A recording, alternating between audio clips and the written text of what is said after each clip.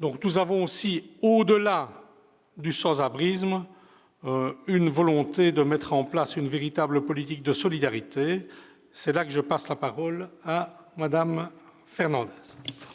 Merci, Monsieur le bourgmestre. Donc, tout comme j'ai eu l'occasion de le rappeler la semaine dernière lors d'une réunion de la table alimentaire, d'abord, l'enveloppe budgétaire de mon département couvre les services sociaux aux plus démunis et plus particulièrement l'aide alimentaire.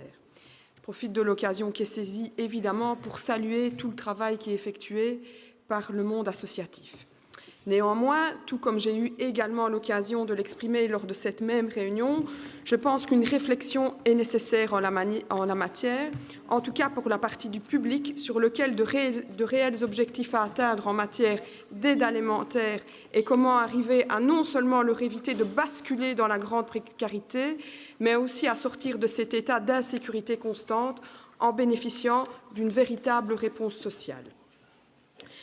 Dans ce contexte, par exemple, j'ai décidé d'intégrer dans les subsides de mon département l'ASBL infirmière de rue, car je rencontre parfaitement leur philosophie d'aider les personnes à retrouver de la dignité, mais surtout avec objectif de les sortir de la rue.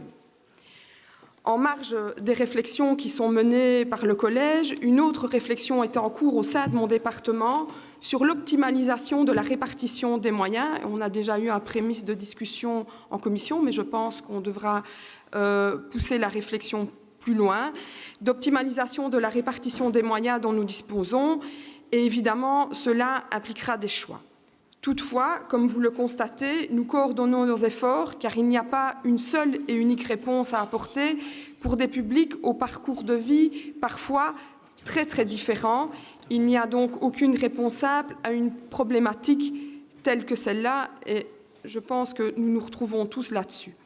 C'est en ce sens qu'avec le collège communal, je souhaite avancer non pas en répondant à la considération ou à l'intérêt du moment, mais en envisageant des solutions pérennes pour tous, en considérant les spécificités de chaque situation et en nous souciant avant tout du respect de l'humain avec toute sa complexité et toute sa diversité. Et donc, pour aussi répondre à Madame Clotuche, et comme je l'ai dit tout à l'heure, le mois prochain, il y aura aussi une série de subsides qui vont venir dans mon département. Ce sera aussi l'occasion d'avoir le débat.